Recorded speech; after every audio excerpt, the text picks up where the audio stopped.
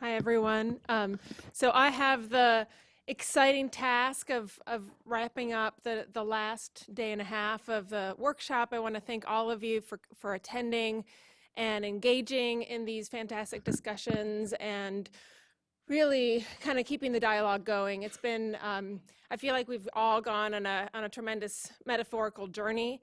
We've hit probably every continent in the world, and have touched a lot of topics. So I'm going to try to summarize a little bit some of the themes that we touched on in the last day and a half.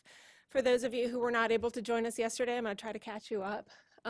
So here's what I drew from these last day and a half, and we're certainly open to anyone suggesting others. But one definite theme was the issue of cultural contexts and understanding.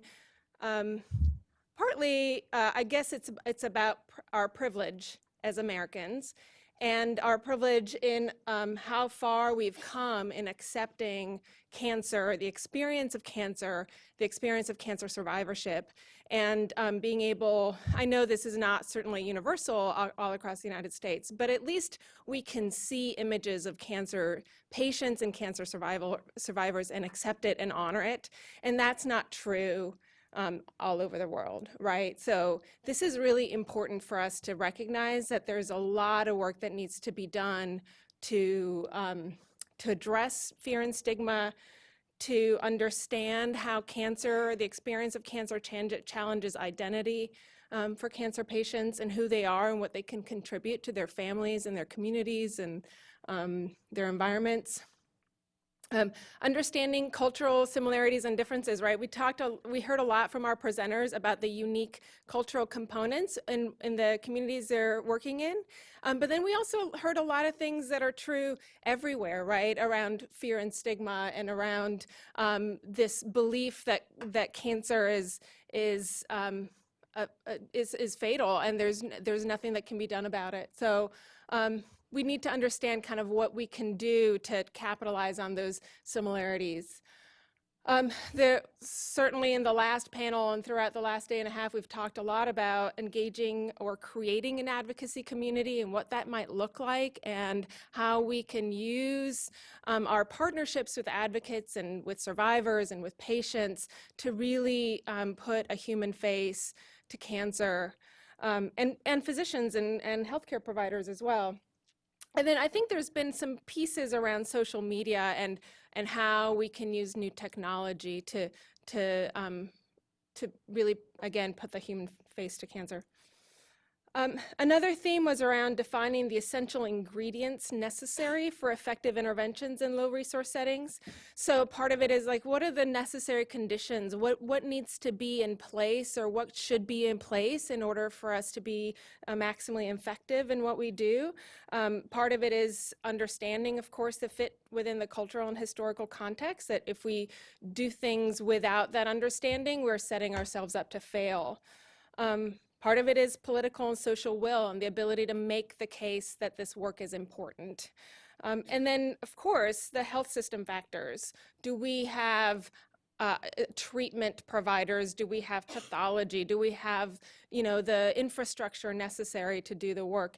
And which one is the chicken and which one is the egg? Like, how do you put all those things together? And if there are gaps, how do you make those connections?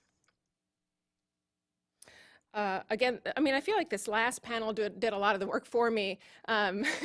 So thank you to all of you. But so part of it is, again, investing in what works. We talked a lot in the last day and a half around best buys in prevention and screening. Where are the low-hanging fruit? I mean, I heard a sharp intake of breath yesterday when we were hearing about some of the cervical cancer mortality data around the world, and the fact that that's a human tragedy that should not be happening, and yet the number of women who die and those who die young is shocking. And I think we talk a lot about, when people talk about gender equity, they talk about educating girls as a gender equity and as an economic equity issue. Cervical cancer prevention is the same, right? If these women are dying and they can't care for their kids and they can't provide for their families, that's a connection we need to make as well. It's not just about education, it's about health as well. We've heard a lot about return on investment, and we need to do better at getting the data so that we can help make the case. And we talked about population attributable fractions and, what is the best opportunity to make an impact. Another theme was around leveraging infrastructure and existing investments, particularly kind of bundling interventions and preventive screening services, maybe looking at partners outside of cancer and saying, what are the components that we need for populations to become healthy, stay healthy, maintain health, and how we can put those together in effective and efficient ways. The importance for surveillance and registries to kind of be the underlying infrastructure to understand where to invest and how to invest in resources in cancer prevention. There's definitely a controversial issue that I think we heard about today and yesterday around, do you need to have an infrastructure for treatment and pathology and palliative care? Do you not? And I think that dialogue really needs to continue, and we need to continue to think that through. And then building workforce capacity and community health worker networks is about not just saying which physicians are in which low resource settings, but it's also about expanding our concept of what we mean by healthcare providers and how we can work together, primary care, specialty care, community health workers, nurses, midwives, and everybody in between. I think if I asked any of our presenters, could you do your work without partners? They of course would say no, right? And that's really the important piece is about partnerships with local communities and with patients. I think there's an interesting theme around needing to think outside of just the health sector, right? So if we are thinking about HPV vaccination, we need to think about education, because that's where girls and boys are who need to be vaccinated. We need to be thinking about workforce. We need to be thinking about talking to the business sector. Can we make a business case for cancer prevention? And if so, what would that look like? And of course, building on existing networks that already exist. And then I think there's a lot that needs to be said about sustainability. I mean, there's a lot that we need to do to start this work in a lot of contexts, but you can't start and ignore what's it gonna look like 5 years from now, 10 years from now, right? Because it does a disservice to communities when we can't think about how we can make them take ownership and run with whatever is established in their context. So we need to make investments in infrastructure. We need to have an opportunity for evaluation, because in a lot of settings, it's those data that drive the ability for communities to make their own case. We talked a little bit about quality metrics as well.